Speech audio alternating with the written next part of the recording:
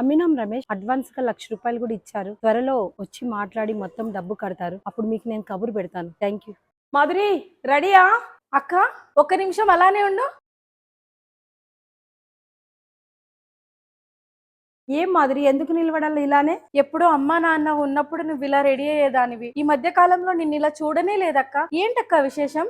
సరేలే గాని అక్కడ స్టూడియోలో హైదరాబాద్ నుంచి ఎవరో సెలబ్రిటీస్ వస్తున్నారంట. అందుకు ఇలా మనం కూడా కాస్త వెళ్ళాలి కదా బిల్డప్ లో. అందుకు తయారయ్యాను. మిమ్మల్ని ఇద్దరిని షాపింగ్ దగ్గర దించేస్తాను, పదండి. సరే అక్క. సుమా అక్క కూడా బయట మంచి డ్రెస్ వేసుకొని రెడీగా ఉంది. కానీ ఏందో ఉయ్యాల అంత ఫాస్ట్ గా ఊగుతాందక్క. సరే వెళ్దామా? ఓకే సరే పోదాం పద. ఉండక్క, నా దిష్టి తగిలేలా ఉంది.